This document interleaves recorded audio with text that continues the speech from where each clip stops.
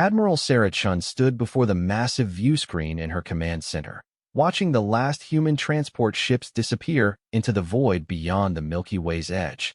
The evacuation was complete. Humanity had been cast out from their home galaxy, banished by beings who called themselves the Galactic Council. The Council's message still echoed in her mind. Humanity is too dangerous, too unpredictable. You wage wars, destroy planets, and show no respect for the natural order. Leave, and never return. Sarah's jaw tightened. The Council spoke of danger, but they were the ones who had enslaved entire species. They talked about respect for nature while strip-mining worlds into barren rocks. And they called humans unpredictable? At least humans were honest about their flaws. Admiral called Captain Marcus Torres from his station. All ships have cleared the galactic barrier. We're officially in the void between galaxies. The void, a space so empty that light from the nearest star would take millions of years to reach them. Most species would see this as a death sentence. But Sarah smiled. The Council had made a critical mistake. They thought banishment would destroy humanity. Instead, they had given humans something far more valuable than any planet. They had given them freedom. Set course for the Andromeda approach vector, Sarah ordered. Time to show the universe what exiled humans can really do. The fleet of 10,000 ships began their journey into the unknown. These weren't just any ships. They were the result of humanity's greatest achievement, the Prometheus Project. Each vessel contained not just refugees, but entire cities. Mobile habitats that could sustain millions of people for generations. Dr. Elena Vasquez floated in the zero-gravity laboratory aboard the research vessel Newton. Her fingers danced across holographic displays as she monitored the fleet's most precious cargo, the Genesis seeds. Each seed contained the compressed genetic data of Earth's entire biosphere. With the right technology, they could recreate any ecosystem humanity had ever known. "How are our little miracles doing?" asked Dr. James Park as he entered the lab. Elena smiled. "Growing stronger every day. The quantum matrices are stable, and we've successfully created 17 new ecosystem variants." The Council thought they were condemning us to death in empty space. They have no idea we're carrying the power to create entire worlds. James nodded. He had worked on the project for 15 years, ever since the Council's first threats began. Humanity had prepared for this day, even if they hoped it would never come. What about the temporal research? Elena's expression grew serious. That's where things get interesting. The void between galaxies isn't as empty as everyone thinks. We're detecting quantum fluctuations that suggest something remarkable. Time itself behaves differently out here. On the flagship Defiance, Sarah reviewed reports from across the fleet. Food production was exceeding expectations. The hydroponic gardens were thriving in the controlled environments of the ships. Manufacturing was running at full capacity, producing everything from computer chips to clothing. Most importantly, morale remained high. The humans weren't just surviving their exile. They were thriving. "Admiral," Torres reported, "we're receiving a transmission from the scout ship Explorer." "Put it through." Captain Lisa Martinez appeared on the screen, her eyes bright with excitement. "Admiral, you need to see this. We've found something incredible." The main screen shifted to show the Explorer's external cameras. In the distance, barely visible against the cosmic background, stood a structure unlike anything humanity had ever seen. It was massive, easily the size of Earth's moon, but clearly artificial. Geometric patterns covered its surface, and it pulsed with a faint, rhythmic light. "How far are we from that object?" Sarah asked. "Approximately 12 million kilometers, and closing," Martinez replied. "Admiral, our sensors are detecting something else. The structure is old, really old. Our dating equipment suggests it's been here for over 2 billion years." Sarah felt her heart race. An ancient alien structure in the void between galaxies? This changed everything. "Are there any signs of current activity?" "That's what makes this so interesting," Martinez said. "The structure appears to be dormant, but our quantum sensors are picking up massive energy readings from its core. Whatever this thing is, it's still powered after 2 billion years." Dr. Vasquez spoke up from her position at the science station. "Admiral, permission to take the Newton closer for detailed scans." Sarah considered the request. They were exiles with nowhere to go and nothing to lose. This could be their greatest discovery or their final mistake. But that was the human way, to push forward into the unknown, no matter the risk. Granted, but take a full escort. If this thing is dangerous, I want our best weapons nearby. As the small exploration fleet approached the ancient structure, humanity took its first step towards something that would reshape the galaxy forever. The Council had banished them, believing they were removing a threat. But they had actually freed the most dangerous species in the universe to discover secrets that had waited eons for the right minds to unlock them. The structure grew larger as they approached, revealing details that made the human scientists gasp in wonder. The geometric patterns weren't just decorative. They were equations, mathematical formulas that described the fundamental forces of reality. And, at the center of it all, a portal that seemed to lead into the structure's heart. Admiral, Dr. Park's voice was barely a whisper. These equations, they're describing space-time manipulation. This isn't just a building. It's a machine for controlling time itself. Sarah stared at the ancient marvel before them. The Council had wanted to get rid of humanity because they were dangerous. They had no idea just how dangerous humans were about to become. Inside the structure, dormant systems began to stir. Ancient protocols, written by a long-dead civilization, started their activation sequences. The structure had waited patiently for 2 billion years, programmed to respond to only one thing: a species with the intelligence to read its mathematical language and the courage to enter its depths. The structure had been waiting for humans. As the exploration ships drew closer, Sarah made a decision that would echo across time itself. All ships, prepare for docking procedures. We're going inside. The Council had banished humanity to die in the empty void. Instead, they had given humans the key to ultimate power. And humanity was about to use it to reshape the universe in ways the Council couldn't even imagine. The ancient structure pulsed brighter as human ships approached its docking bays. After eons of waiting, the temporal forge was finally coming back to life. And, with it, humanity's exile was about to become the foundation of the greatest dominion the universe had ever seen. Sarah watched the docking procedures begin and smiled. The Council thought they had ended the human threat. They had no idea they had just created something far more dangerous than they ever feared. They had created humans with nothing left to lose, and the power to control time itself. The real story was just beginning. The first human to step inside the ancient structure was Commander Jake Morrison, leader of the Defiance's elite exploration team. His boots rang against metal floors that had known no footsteps for billions of years. The air inside was breathable, somehow maintained by systems that had outlasted entire galactic civilizations. "This is impossible," whispered Dr. Vasquez as she followed behind, her scanner beeping frantically. "The atmospheric composition is perfect for human physiology. How could a 2-billion-year-old structure know what humans need to breathe?" Morrison touched his communicator. "Admiral, you need to see this. The structure isn't just habitable. It's designed for us." Through the comm link, Sarah's voice crackled with disbelief. "That makes no sense, Commander.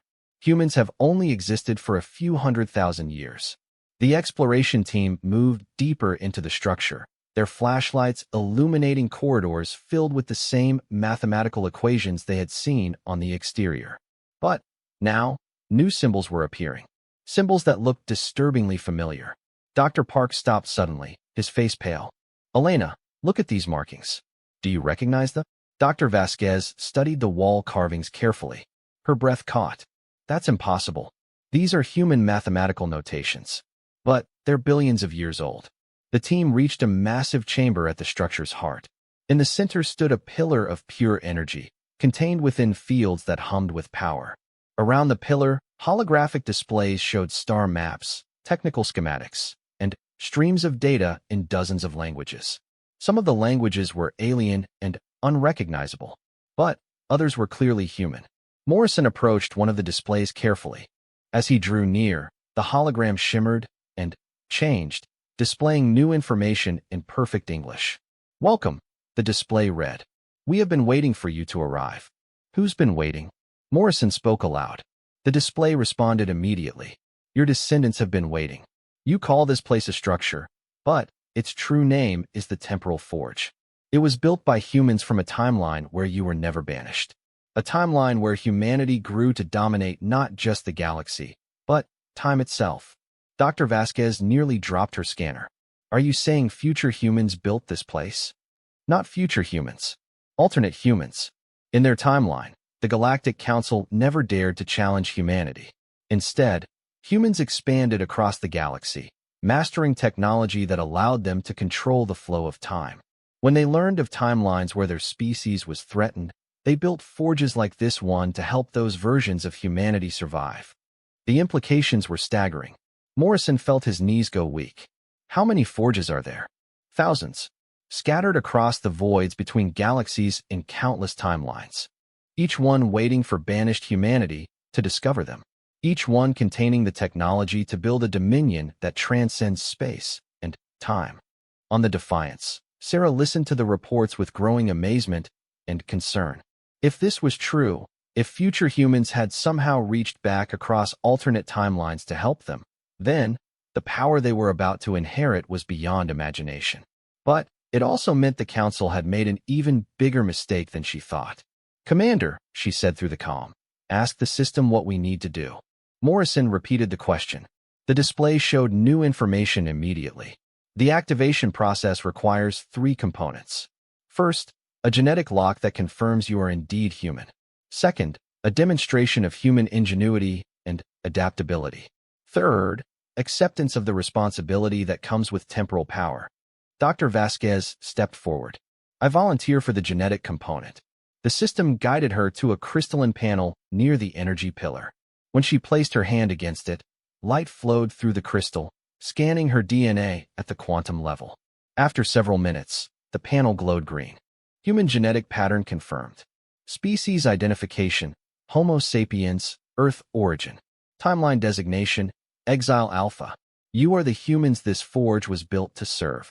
The second test proved more complex. The system presented them with a puzzle, a damaged piece of technology from the ancient civilization that had originally built the forge before humans modified it. The device was broken in 17 different ways, and conventional repair methods would take decades. But this was exactly the kind of challenge humans excelled at. Morrison, Vasquez, and Park worked together, combining their knowledge with tools they improvised from their equipment. In 6 hours, they had not only repaired the device, but improved its efficiency by 40%. Adaptation and innovation confirmed. You demonstrate the human capacity to improve upon any technology, even technology beyond your current understanding. This is the trait that makes humanity unique among all species we have encountered. The final test was the hardest.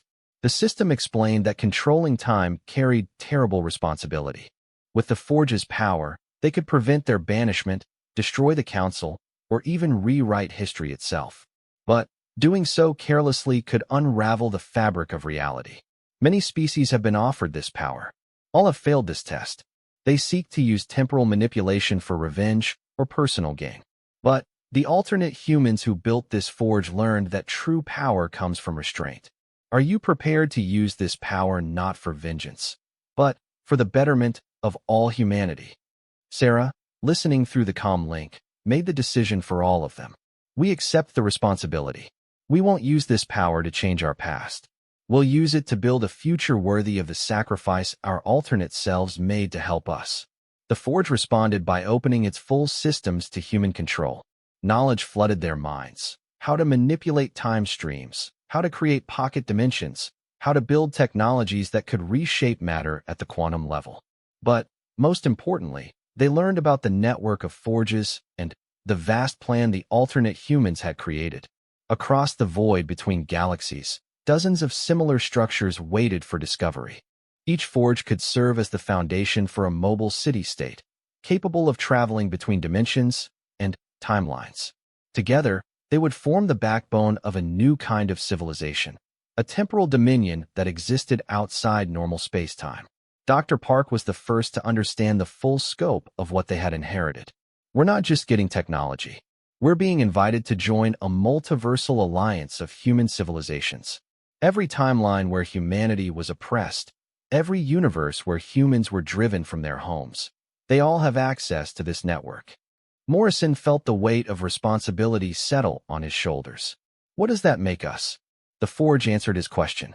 It makes you the newest members of the Human Temporal Dominion, a civilization that spans not just space, but all possible timelines. The Council banished you from one galaxy in one timeline. In return, you now have access to infinite galaxies across infinite timelines. On the Defiance, Sarah watched as the first Forge's systems came fully online. Energy readings spiked beyond their instrument's ability to measure. The structure was transforming itself, growing new sections, and adapting its systems to serve as humanity's first temporal stronghold. Admiral, Torres reported, his voice filled with awe. Sensors are detecting spatial distortions throughout the fleet. Something's happening to our ships. Sarah looked out the view screen and gasped. Every ship in the human fleet was being transformed by energy beams from the Forge. Their hulls strengthened, their engines upgraded, their computer systems enhanced with technology that would have taken humans millennia to develop on their own. But the most remarkable change was in the humans themselves. The crew members reported feeling different, stronger, more capable. The Forge was modifying their neural pathways, giving them the ability to interface directly with temporal technology. This is just the beginning, the Forge explained through Morrison's comm link. The alternate humans who built us faced the same challenges you now face. They were once exiles too, but they learned that true strength comes not from conquering others, but from lifting up all humanity across all possible timelines. Sarah understood now why the Council had been so afraid of humans. They had sensed something that even humans didn't know about themselves, the potential to transcend the normal limitations of space and time. The Council thought they were protecting the galaxy from a dangerous species. Instead, they had freed that species to become something far more powerful than anyone had ever imagined. The transformation of the human fleet was complete. Where once there had been refugee ships fleeing into exile, now there stood the first battle group of the Human Temporal Dominion. Each ship was now capable of traveling between timelines, of existing in multiple dimensions simultaneously, of manipulating time itself as a weapon and a tool. Commander Morrison, Sarah said through the comm, asked the Forge to show us the locations of the other structures. It's time we started building our dominion. The display lit up with a three-dimensional map of the void between galaxies. Hundreds of points of light marked the locations of other forges, each one waiting for human discovery. Some were close enough to reach within months. Others would take years of travel. But all of them were now accessible to humanity's enhanced fleet. Morrison stared at the map in wonder. We're not refugees anymore, are we? No, Sarah replied, her voice filled with determination. We're empire builders. And we have all the time in the universe to get it right. The Council had banished humanity to remove a threat, but they had actually created the foundations of a dominion that would span not just the galaxy, but all possible galaxies across all possible timelines. And humanity was just getting started. 6 months after discovering the first temporal forge, the human fleet had transformed into something unrecognizable. The Dominion, as they now called themselves, had located and activated 17 more forges across the intergalactic void. Each structure had become the foundation for a mobile city-state, housing millions of humans and serving as a hub of technological advancement. Admiral Sarah Chun stood on the observation deck of the Prometheus station, the largest of the forged cities. Through the transparent aluminum walls, she could see construction drones assembling new ships using designs that combined human engineering with temporal technology. The ships being built were unlike anything that had existed before, vessels that could phase between dimensions, manipulate gravity, and travel through time as easily as they moved through space. Admiral, called Dr. Elena Vasquez as she approached with a data tablet in her hands. The Genesis project has exceeded all expectations. We've successfully seeded 47 pocket dimensions with Earth-like ecosystems. Each dimension can support billions of humans, if necessary. Sarah nodded, but her expression remained serious. That's excellent news, but we have a more immediate concern. Our scouts have detected Council forces gathering at the galactic border. It seems they've noticed unusual energy readings coming from the void. The Council's discovery was inevitable. The power output from 17 active forges was impossible to hide completely. What worried Sarah was the intelligence reports suggesting the Council was planning to venture into the void to investigate. In the Temporal Command Center, Professor Marcus Torres worked with a team of human scientists and the artificial intelligences that had emerged from the Forge technology. These AIs weren't built by humans. They were spontaneous developments that occurred when human neural patterns interfaced with temporal mathematics. The result was a form of intelligence that could perceive and manipulate multiple timelines simultaneously. "Show me the probability matrices for a Council incursion," Torres commanded. The holographic display filled with branching lines representing different possible futures. The AI, which called itself Newton after the ancient physicist, highlighted the most likely scenarios. "There is a 78% probability that Council forces will enter the void within the next 3 months, Newton reported. However, analysis suggests they do not understand what they are approaching. They believe they are investigating a potential human weapons program." Torres smiled grimly. "If only they knew the truth. Newton, what would happen if we allowed them to discover us?" The probability lines shifted and changed. Multiple outcomes are possible. In 23% of scenarios, the Council retreats and attempts to negotiate. In 45% of scenarios, they attack and are easily defeated. In 32% of scenarios, the conflict escalates and spreads across multiple timelines. And the most interesting scenario? In 0.3% of scenarios, the Council's discovery leads to the liberation of all oppressed species across the galaxy. This outcome has the highest long-term benefit for galactic civilization. Torres found the low-probability scenario intriguing. "Explain how that could happen." Newton's holographic form shifted to show a complex timeline analysis. "The Council maintains power through carefully controlled information. They have convinced most species that resistance is hopeless. But if those species learned that humans had not only survived their banishment, but had gained power beyond the Council's comprehension, it could trigger a galaxy-wide revolution." The conversation was interrupted by an urgent communication from Captain Lisa Martinez aboard the scout ship Explorer. She had been monitoring Council communications from the edge of the galaxy. "Admiral Chun, you need to hear this," Martinez said as her image appeared on the main screen. "We've intercepted a transmission between Council Prime and their fleet commanders. They're not just planning an investigation. They're planning a preemptive strike." The transmission played across the command center. The voice belonged to Counselor Zephyr, the Altarian who had personally delivered humanity's banishment order. "The human energy signatures have grown too strong to ignore," Zephyr's voice declared. "Our xenobiologists believe they may have discovered or developed weapons of mass destruction. We cannot allow exiled humans to threaten galactic security. Fleet Command is authorized to use any force necessary to eliminate this threat permanently." Sarah felt a cold anger settle in her chest. The Council wasn't content with banishment.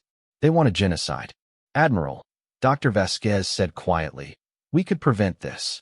The temporal technology gives us the power to stop their fleet before it ever leaves the galaxy." "No," Sarah replied firmly. "We agreed to use this power responsibly. We're not going to change the past or attack them preemptively." Professor Torres looked up from his console. "Then, what do you propose? If they come here with the intent to destroy us, we'll have to defend ourselves. And once that fight starts, it won't stay contained to one timeline."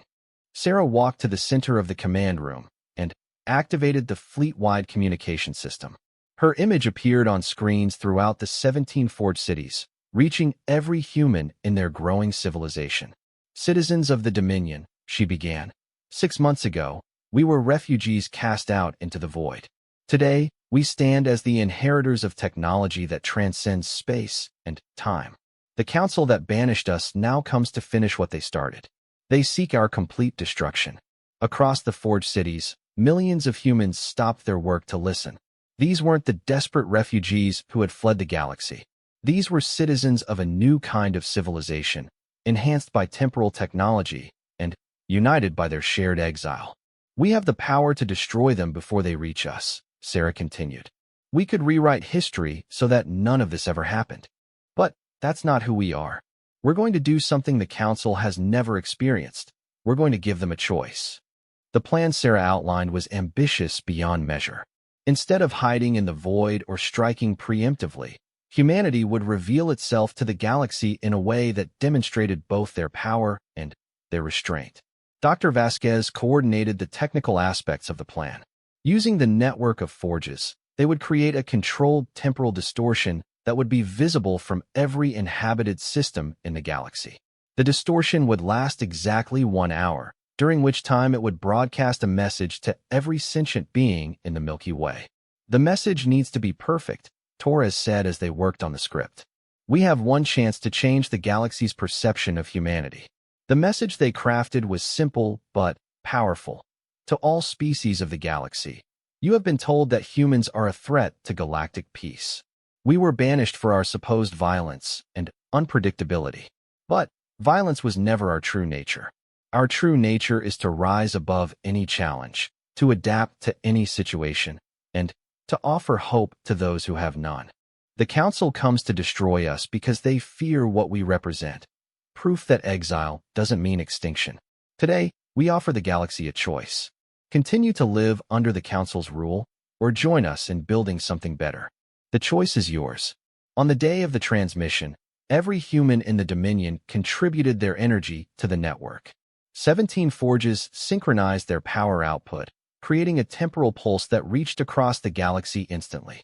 For 1 hour, every screen, every communication device, every piece of technology capable of receiving signals carried humanity's message to the stars. The response was immediate and overwhelming. Communications channels across the galaxy lit up with responses from oppressed species who had thought resistance was impossible. The vegan agricultural slaves, who had been working council plantations for centuries, began coordinating strikes.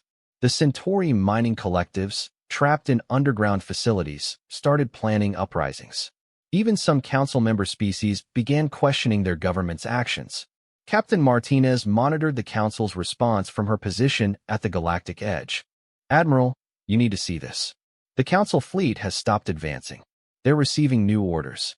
The intercepted transmissions revealed chaos in the council's command structure. Half the member species were demanding explanations about humanity's claims. The other half were calling for immediate military action. The council's carefully maintained unity was cracking. This is Counselor Zephyr to all fleet commanders, came the emergency transmission. Disregard previous orders. Return to your home systems immediately. We are reassessing the human situation. But it was too late for the Council to maintain control through secrecy. Across the galaxy, species that had been oppressed for millennia were learning that resistance was possible. The humans had proven that even exile couldn't destroy a species that refused to give up. In the deepest regions of space, automated systems that had been built by the alternate timeline humans activated for the first time. These were temporal beacons, placed strategically throughout the galaxy to respond to signs that their timeline's version of humanity was ready to reclaim their birthright. The beacons sent signals across multiple dimensions, reaching versions of humanity in thousands of alternate timelines. In some timelines, humans had never been banished. In others, they had been destroyed entirely. But now, for the first time, all surviving human civilizations were being connected through the temporal network. Sarah watched the dimensional indicators light up one by one as contact was established with alternate versions of humanity. Each connection brought new knowledge, new technology, and new allies. The human temporal dominion wasn't just one civilization anymore. It was becoming a multiversal alliance of every human civilization that had ever existed. Admiral, Newton's artificial intelligence reported, "We are receiving a priority communication from the primary timeline, the original civilization that built the Forge network." On the main screen appeared a figure that was recognizably human, but enhanced far beyond anything the Dominion had achieved. This was Admiral Sarah Chun from the primary timeline, aged and wise beyond measure, speaking across the dimensional barriers. "Congratulations," the alternate Sarah said with a smile. "You've passed the final test. You had the power to destroy your enemies, and chose instead to offer them redemption. You're ready to join the greater Dominion." The Council thought they had banished a dangerous species. Instead, they had triggered the awakening of a multiversal human civilization that would reshape not just their galaxy, but all galaxies across all possible timelines. And Humanity was just beginning to understand the true scope of their destiny. The meeting between Admiral Sarah Chun and her alternate timeline counterpart marked the beginning of humanity's true awakening. In a specially constructed chamber aboard the Prometheus station, the two versions of the same woman faced each other across the dimensional barrier. The primary timeline Sarah appeared as a holographic projection, but her presence was unmistakably real. The network you've accessed represents the collective achievement of human civilization across 17,000 timelines, primary Sarah explained.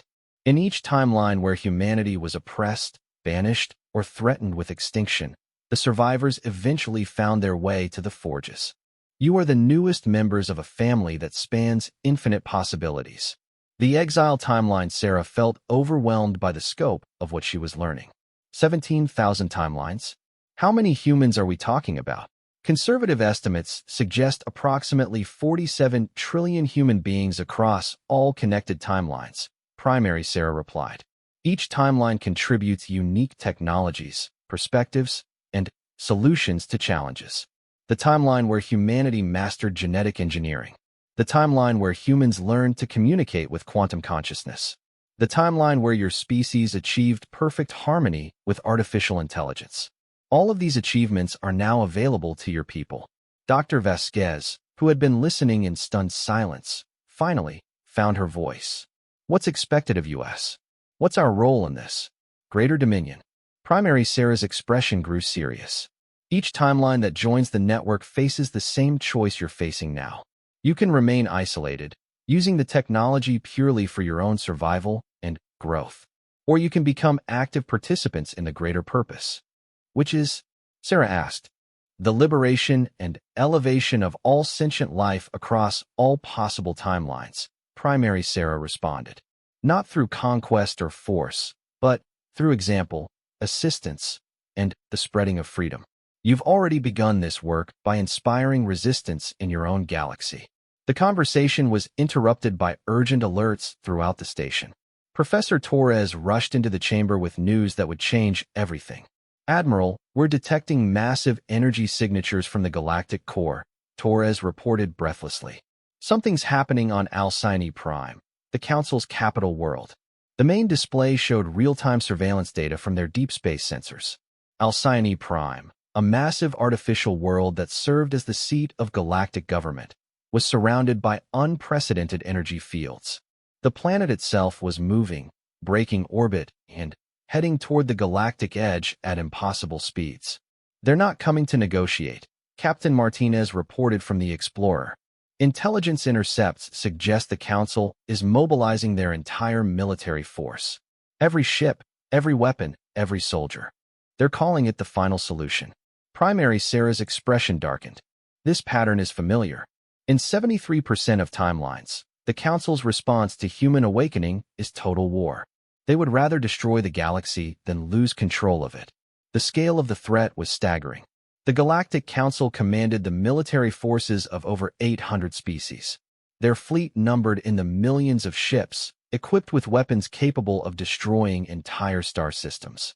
Against this force, humanity's 17 forged cities seemed impossibly outmatched. But primary Sarah smiled. Your people have something the Council doesn't understand. Access to the full technological heritage of human civilization across all timelines. It's time you learn what that really means. The transfer of knowledge that followed changed every human in the Dominion permanently. Through the temporal network, information flowed directly into their enhanced neural pathways. Not just technical specifications, but understanding. Not just data, but wisdom earned through countless battles across infinite timelines. Dr. Vasquez found herself comprehending physics that hadn't been discovered in her timeline.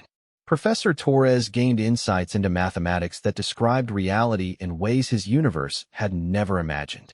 Captain Martinez learned piloting techniques for ships that could navigate between dimensions as easily as sailing through normal space.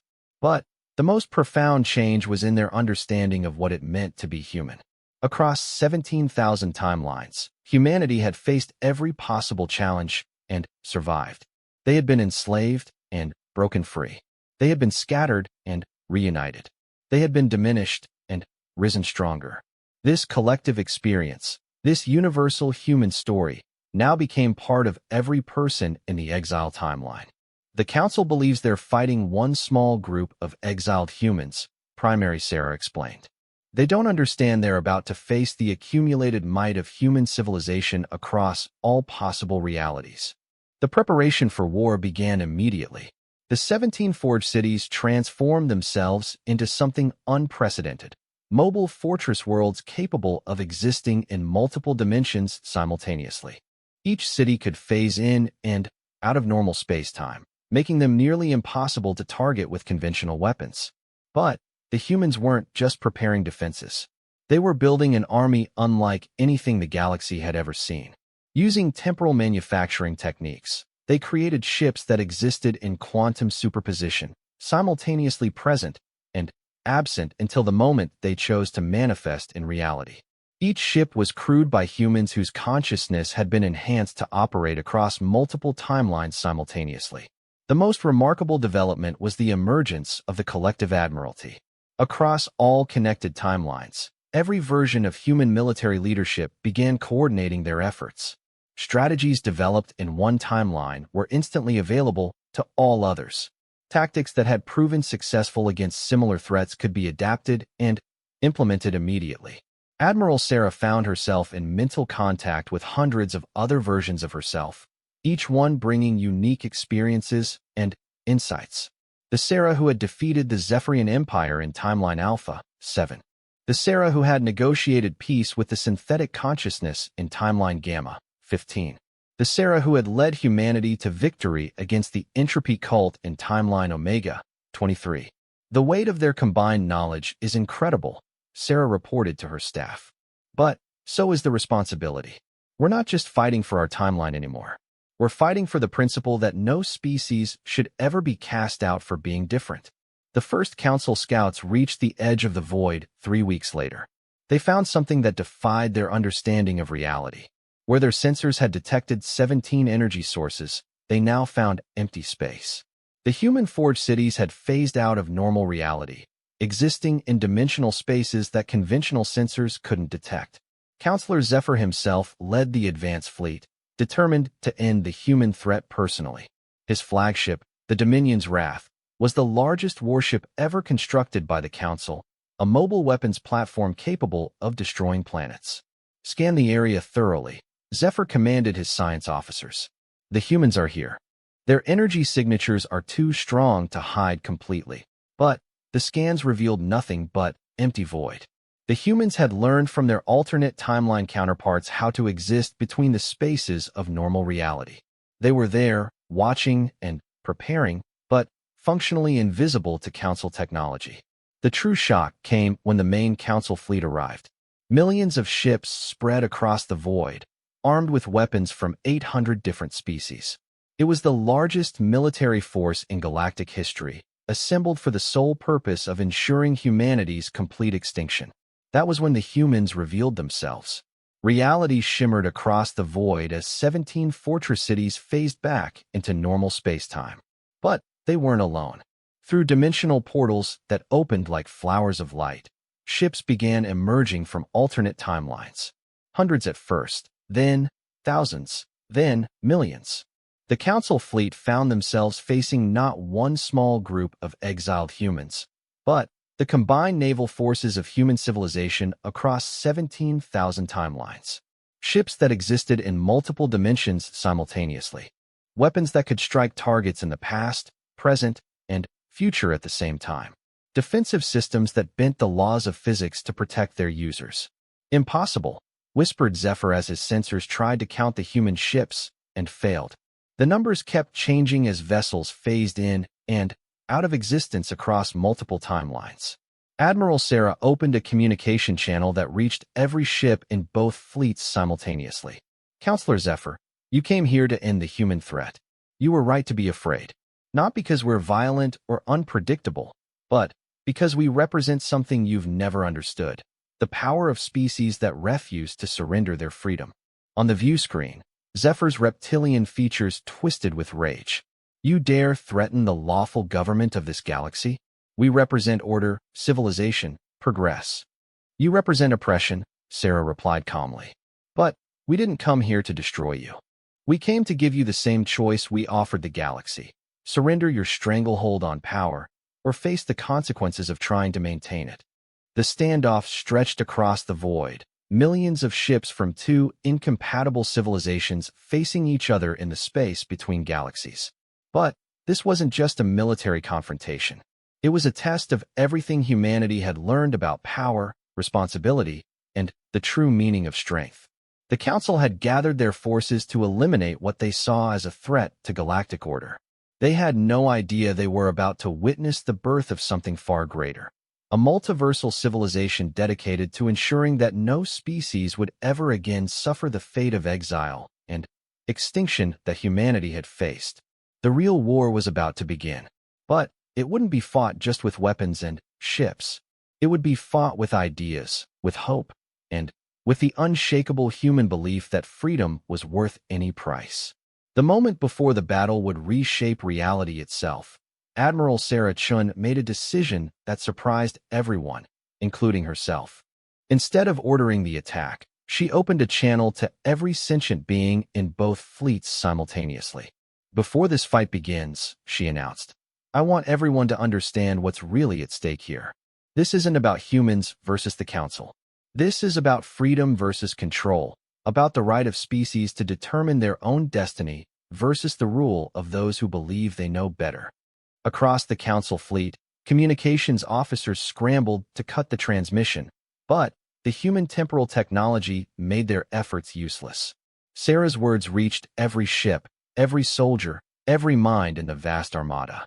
To the species serving in the Council fleet, she continued, ask yourselves this. Are you here by choice, or because you were commanded to come? Do you believe in this war, or are you simply following orders from beings who have never given you any real choice in your own governance? The effect was immediate and devastating to Council unity. On ships throughout their fleet, crew members began questioning their orders. The Centauri mining guilds had been conscripted into service, forced to provide ships and personnel. The vegan agricultural castes were serving under threat of starvation for their homeworlds. Even some of the Council member species had populations that opposed the war. Counselor Zephyr's voice cut through the communications chaos. Ignore the human propaganda. They seek to divide us with lies and false promises. All ships, open fire immediately. But something unprecedented happened. Less than half of the Council fleet responded to the order. Hundreds of ships powered down their weapons. Others began withdrawing from the formation. The mighty Council armada was fracturing before the battle even began.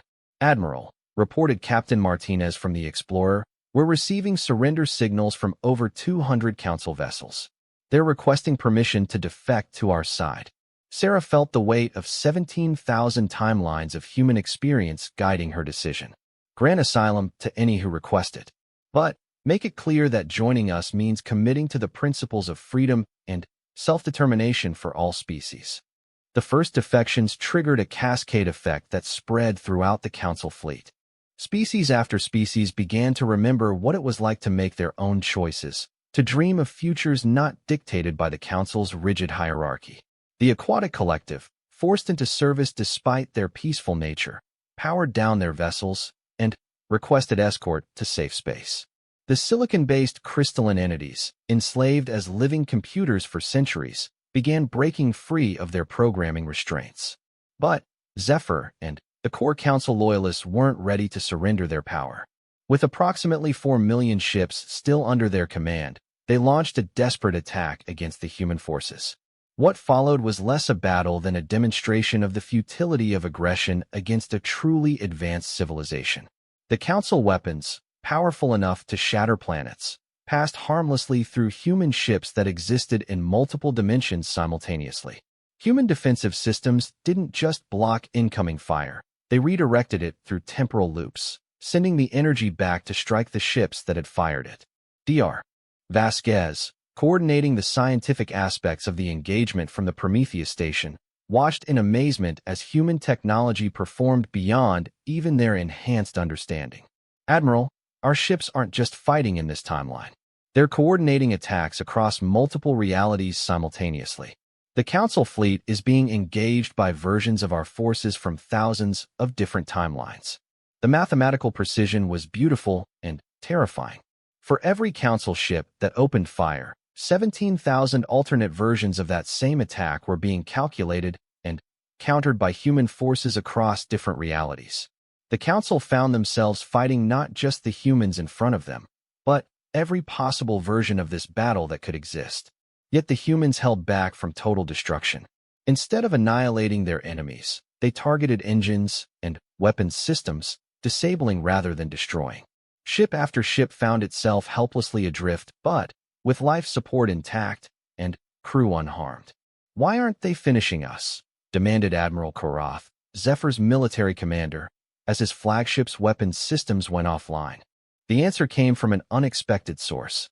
Professor Torres, speaking through the same dimensional communication system that had connected the timelines, addressed the disabled Council forces directly. "Because we learned something from our exile that you never understood," Torres explained. "True strength isn't about the ability to destroy your enemies. It's about the wisdom to turn enemies into allies.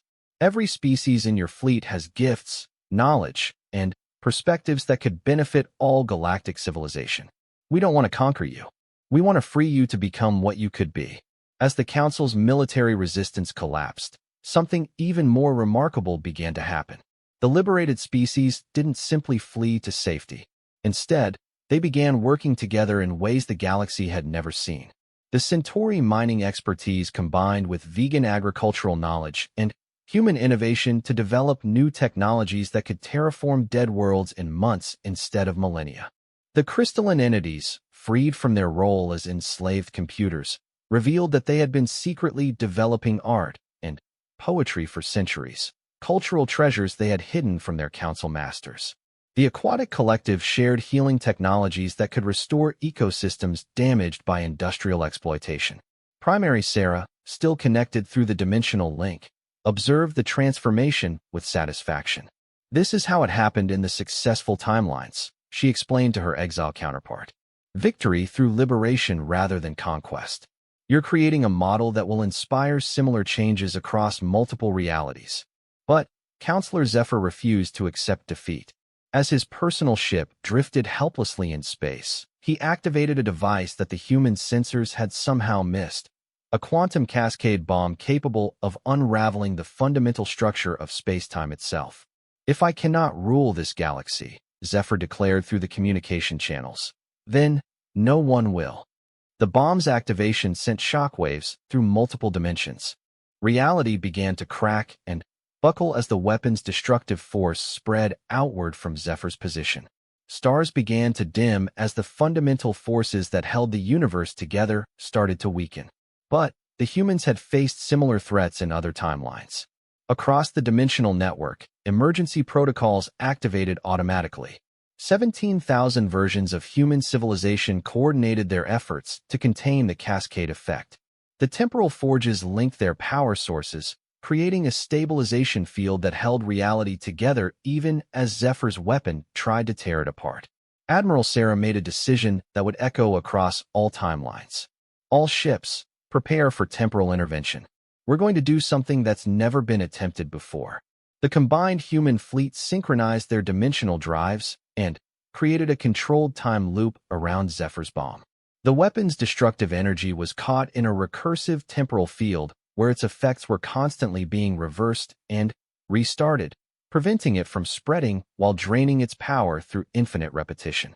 The technique required every human ship to exist simultaneously in past, present, and future, a feat that would have been impossible without the knowledge gained from 17,000 timelines of human development. But they succeeded. The cascade bomb burned itself out harmlessly, trapped in a temporal prison of its own making. As the immediate crisis passed, the full scope of what had been achieved became clear. The Galactic Council's power was broken forever. More than half of their member species had defected to the human-led alliance. The remaining Council loyalists were scattered and powerless, their weapons disabled, and their authority shattered. But, more importantly, the galaxy now had proof that an alternative to Council rule was possible. The human temporal dominion had demonstrated that a civilization could be both incredibly powerful and fundamentally benevolent. They had shown that strength could be used to liberate rather than oppress. In the weeks that followed, delegations from hundreds of species arrived at the human forged cities to negotiate membership in the new Galactic Alliance. But these weren't the forced submissions that had characterized Council expansion. These were partnerships between equals, agreements based on mutual benefit and shared principles. Dr. Vasquez found herself leading the scientific exchange programs that allowed different species to share knowledge freely for the first time in galactic history. We're seeing technological advancement at an unprecedented rate, she reported to Admiral Sarah. When species are free to collaborate rather than compete, the results are extraordinary. The transformation extended beyond mere politics or technology. The liberation of so many oppressed species had triggered a galactic renaissance of art, culture, and philosophy. Worlds that had been strip-mined for resources were being restored to their original beauty. Species that had been forced into narrow roles were rediscovering talents and interests they had been forbidden to pursue. Captain Martinez, now commanding a joint species exploration fleet, made discoveries that reshaped understanding of the galaxy itself. Admiral, we've found evidence that the Council wasn't the galaxy's first interstellar government. There were others, civilizations that achieved even greater heights before falling to the same mistakes, concentrating power in the hands of the few while suppressing the potential of the many. The historical pattern was clear to those who studied it. Great civilizations rose and fell, each one believing they had found the perfect system of governance. But they all eventually failed because they forgot that true strength came from empowering others rather than controlling them. The human temporal dominion was determined to break that pattern. By connecting with alternate timelines and learning from infinite variations of their own history, they had access to the wisdom of countless human civilizations. They knew which approaches led to stagnation and collapse, and which fostered growth and prosperity for all. Primary Sarah's final message to the Exile timeline carried both congratulations and a warning. You've successfully liberated your galaxy and established a model that will inspire similar changes across multiple realities. But remember that this is just the beginning. The greater dominion exists because we learned that freedom is not a destination, it's a continuous journey. Each generation must choose again to value liberty over security, growth over stability, hope over fear. As the communication link between timelines closed, Admiral Sarah stood once again on the observation deck of the Prometheus station. But now she wasn't looking at empty void. The space around the forged cities buzzed with activity as representatives from dozens of species worked together to build something unprecedented, a truly free galactic civilization. The Council had banished humanity because they feared what humans represented. Their fear had been justified, but not in the way they expected. Humans didn't threaten galactic civilization through violence or chaos. They threatened it with something far more dangerous. The proof that oppression was never necessary, that freedom was always possible, and that any species willing to take the risks could rise above any challenge. The exile was over, but humanity's greatest adventure was just beginning. Across 17,000 timelines, human civilization continued to grow and evolve, spreading the message of liberation to every corner of infinite reality. The Council had tried to end the human story. Instead, they had given it the power to echo across eternity. The dominion that arose from humanity's exile became more than just a government or an alliance. It became an idea that transcended space and time. The idea that no one should ever be cast out for being different, that strength comes from diversity rather than uniformity, and that the greatest power in any universe is the power to lift others up rather than hold them down. And that idea, born in the void between galaxies and tempered by the wisdom of infinite timelines, would outlast any empire, any council, and any force that tried to stand against it. Because it was, at its heart, the most human idea of all, that tomorrow could always be better than today, if people were brave enough to make it so.